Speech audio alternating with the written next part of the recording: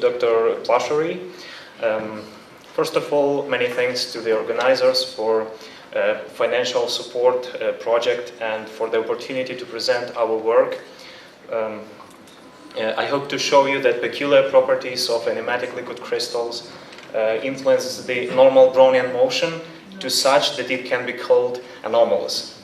So, since you've heard a lot about nematic liquid crystals and others, I will give a small introduction to the Brownian motion as we understand it today and as it was laid out from the works of Einstein, Langevin, and Smoluchowski. So, the Brownian motion occurs under the influence of two forces, friction force and random force, which is uncorrelated with itself. So the velocity of the correlation function is short-lived, when it is decayed to zero. The normal Brownian motion is observed, and mean square displacement of the particle is linear, and it is proportional to the d, which is diffusion coefficient. And the distribution of displacement is normal in this case for the particle. But these are the general properties of normal Brownian motion. However, there are a lot of examples of anomalous Brownian motion, when mean square displacement can grow linearly for normal diffusion, but it can grow faster, and it is the case of superdiffusion, and slower it is the case of subdiffusion. In these cases, the autocorrelation function, velocity autocorrelation function, is negative for subdiffusion and positive for superdiffusion. Here you can find some examples of it and references. The Brownian motion can be monitored by the techniques of video microscopy and single particle tracking. So one obtains a sequence of optical images of the particle, which is basically 2D matrix of point spread function or intensity distribution of the particle, and then digitize it in terms of particle coordinate, and then one obtains a 2D trajectory of the particle, which contains all the information about mean square displacement and the velocity autocorrelation function. The performance of this technique is quite remarkable because of the subdiffraction accuracy. It's approximately 10 nanometers. Fast frame rate of the capturing of the frames, it's 2500 frames per second, and long trajectories, more than 200,000 frames for good statistical averaging. So these are features that are related to our setup. So mostly for our experiments, we used a standard glass sandwich cell with thickness 50 microns and with planar alignment on the surface. We used particles of different diameters ranging 1.6 to 10 micrometers. Here you can see the particle from fluorescent confocal polarizing microscopy, which gives us the C-scan of the cell. And also we used very little concentration of the particle to prevent the aggregation of them. But moreover, due to the already mentioned elastic interactions between the particles, there is another interaction between the wall, one and another. That's why the particle never goes down, fall down. It rather levitates at some height. And also we treat our particles with surfactant in order to get normal anchoring conditions on the surface of the particle and the perpendicular alignment of the molecules of the nematic liquid crystal. The experiments in nematic liquid crystal require some care because of the birefringence. First of all, it can distort our image and reduce the accuracy of our experiment. That's why we used an interesting liquid crystal synthesized in Merck It is called ISS2013, which has a very low birefringence comparable to the conventional liquid crystal 5Cb or E7. It's at least 2 orders of magnitude smaller. Here you can see the example of Brownian motion of the particle in a nematic liquid crystal and the trajectory of this particle. It is a bit stretched along the x direction because of the anisotropy of the liquid crystal and anisotropic Brownian motion. So basically in a liquid crystal we always observe anisotropic Brownian motion, but what about some other properties? From the trajectory, as I said, one can derive mean square displacement of the particle and velocity of the correlation function. What about liquid crystals? So nematic liquid crystal, as we know, possess an additional degrees of freedom because of the existing orientational order. And this orientational order is because of the existing of the director, which fluctuation dynamics may couple to the particle motion. And this is the thermal fluctuations of the orientation. And the characteristic time, time of these fluctuations depend on some characteristic length. We don't know yet, but let's say that for micrometer-sized particle, one expects effect on the second scale for ISS2013. These are the properties that are related to this liquid crystal. And here we can see the mean square displacement of the particle along and across the director. So one can immediately see that the linear dependence start to curve at second time scales for both for both directions, while in the isotropic phase it remains linear at all time scales. Also, we used immobilized particle and glued particle as we call it.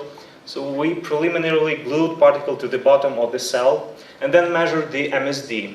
The MSD was measured to be constant, and the level was approximately 100 nanometers square, which is the estimation of our experimental error.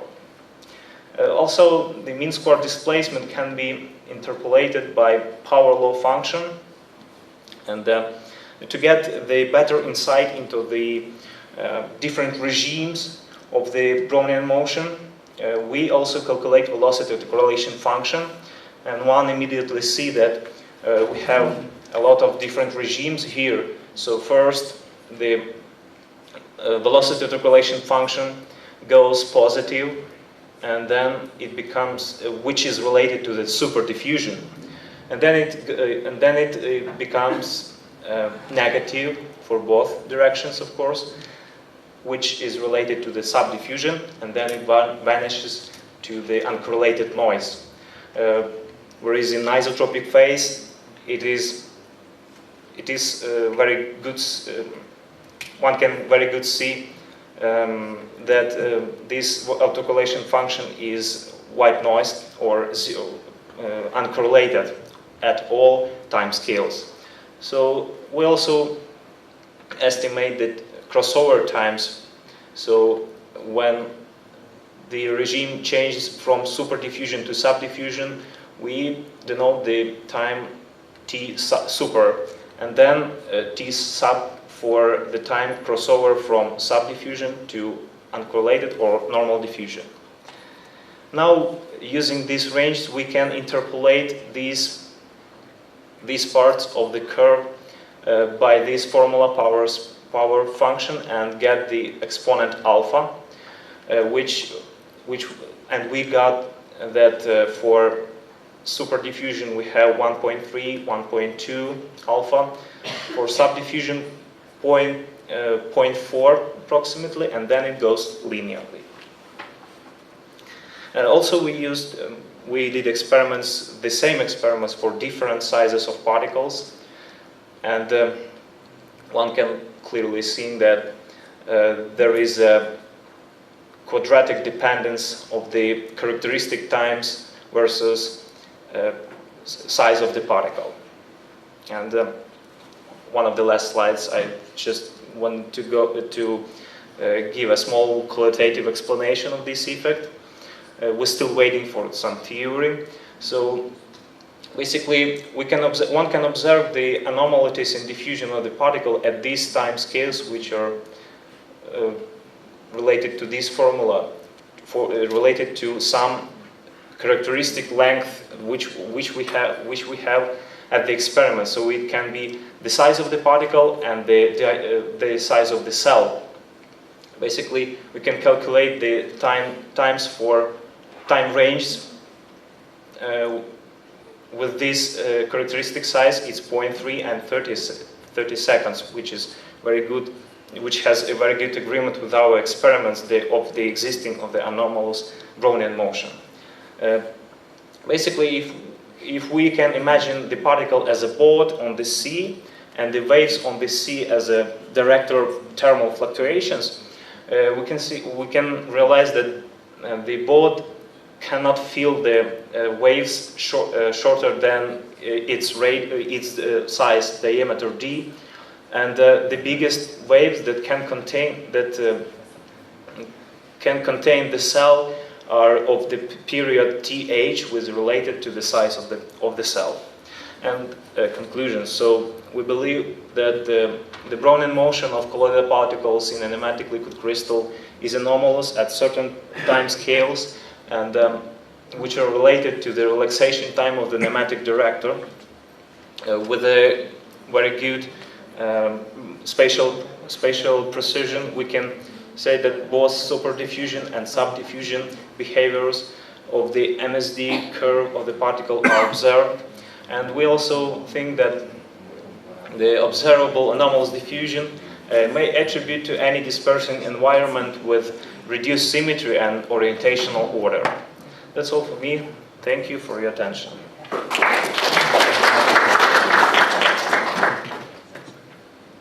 you. So, answer questions.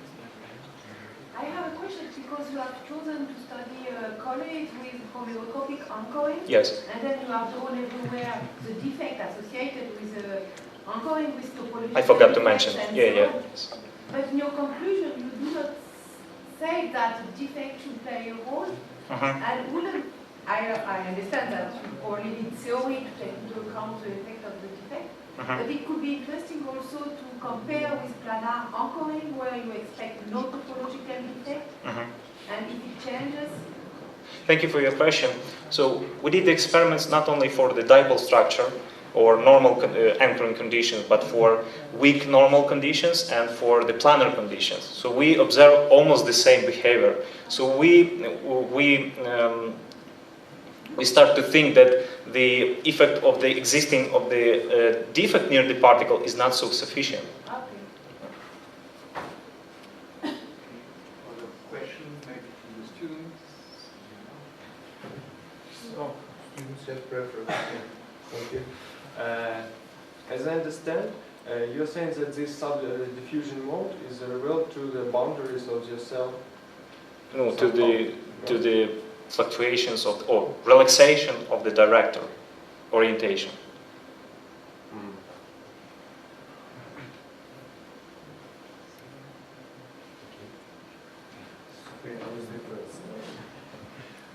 My question is, when you speak about diffusion, as far as the driving force for the diffusion is concentration gradient, and it means that there should be a difference in concentrations, Okay. you showed only one particle. Is this analysis correct? Well, thank you for your question. I have to say that we measure self-diffusion of the particle, so it's not a diffusion because of the concentration or mass difference or some other things. So we use a very low concentration of the particle, and you can see only one particle. Well, we work only with one particle in the square of, I don't know, probably millimeter per millimeter. So it's very long distances. So no concentration difference or something like that. So it's self-diffusion. Brownian motion, just clear Brownian motion. In this case, this is not a diffusion. Some other term should be used. Brownian motion, yes, maybe. So speak about Brownian motion. Okay, okay. Right. So maybe we go to the next speaker. Thanks again. Thank you.